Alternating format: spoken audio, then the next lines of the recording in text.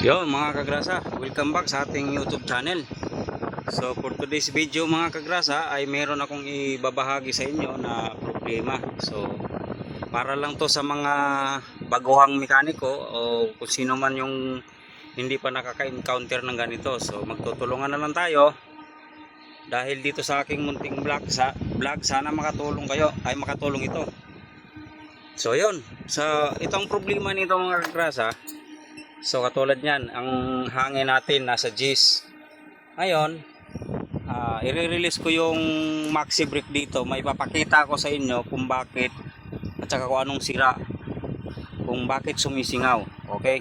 So ito, ibababa ko na to mga kagrasa. Yan, naka-release ng ating maxi switch. So punta tayo doon sa ilalim. So andito tayo sa baba. Ayan. So dito mga kagrasa, meron akong ipapakita sa inyo na sumisingaw. Ayan. So ayan, kung maririnig nyo mga kagrasa, malakas yung singaw. Ayan o, ayan o.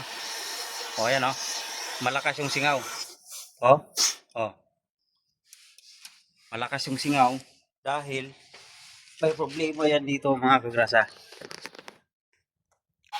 So ayan mga kagrasa, ayan, kung maririnig nyo, napakalakas yung singaw. Okay. No, kahit napalitan nyo yan ng buo mga kagrasa, sisingaw pa rin yan dahil may problema na yung ating brake chamber niyan. So punta tayo dito sa likod. So gagawin natin, mamaksimo na natin. Yan.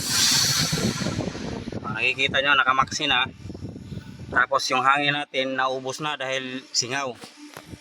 So papaanda rin ko lang siya para habang kinukundim ko yun doon sa may chamber para makita nyo na mawala yung singaw at matitrace natin kung ano ba ang nagiging problema. Alright. So dito tayo sa ilalim, nakamaksi na yan. Pupunta tayo dito sa likod.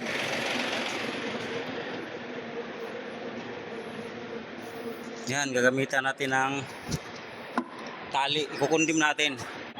So yan, nandito na tayo sa likod mga kagrasa. So bali, ang nangyari mga kagrasa, inisa-isa ko yan. Ito, 4 na chamber yan. Inisa-isa ko yan, tinitrace ko kung alin yung chamber na may problema.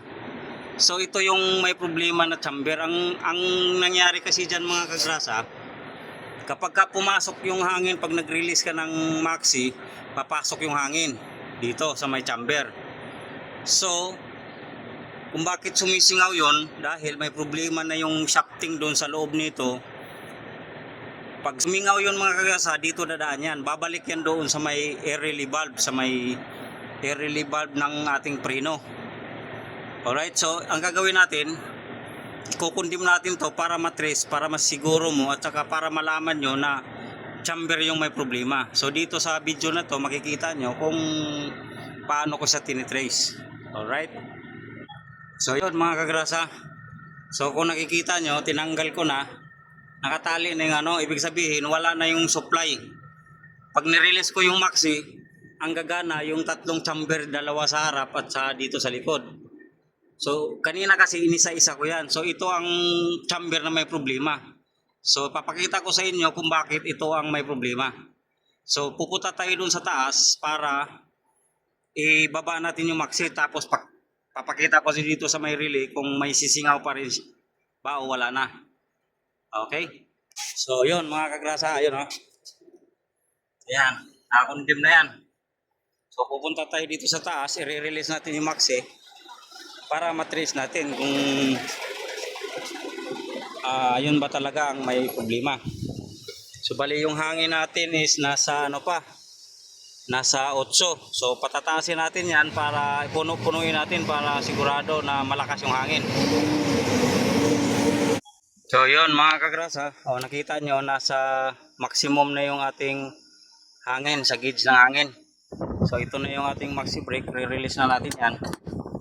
At pupunta tayo sa ilalim para makita nyo na wala na siyang singaw kasi nga kinondim na natin.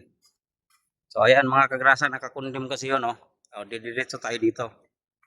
So ayan, nakakondim yung linya.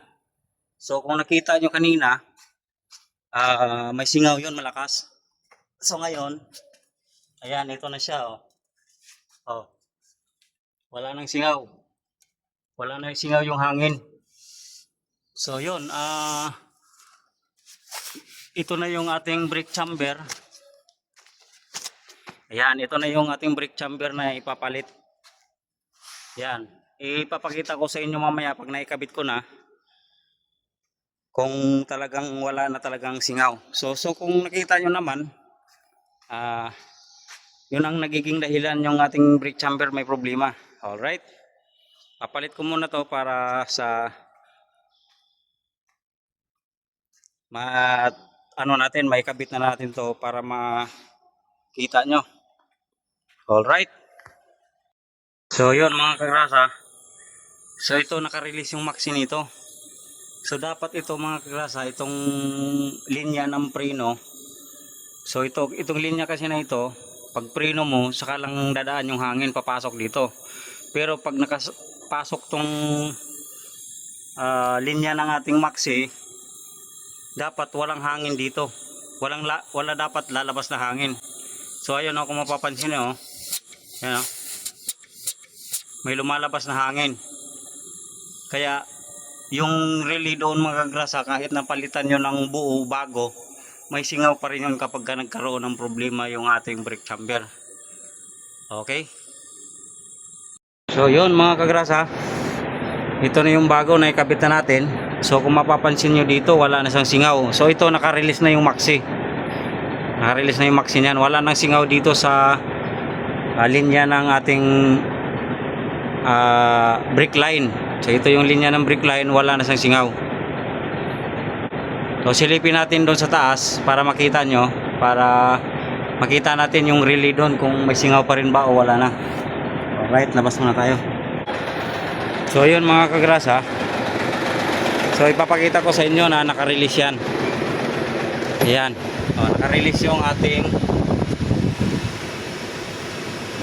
ating maxi switch. So yung hangin nasa G's. So ayan. So papatayin natin para tahimik. So kanina kapag naka-release yung maxi, may malakas na sumisingaw. So dito sa ilalim silipin natin. So ayan mga kagrasa, wala na siyang singaw. Okay. So sana nakatulong sa inyo, mayroon kayong napulot o idea. So kung nakakatulong sa inyo mga kagrasa, hihingi ako sa inyo ng pabor, like, share, comment, tapos share nyo na rin mga kagrasa para marami tayong matulungan, maraming makakaalam. Alright, maraming salamat. God bless sa atin mga kagrasa.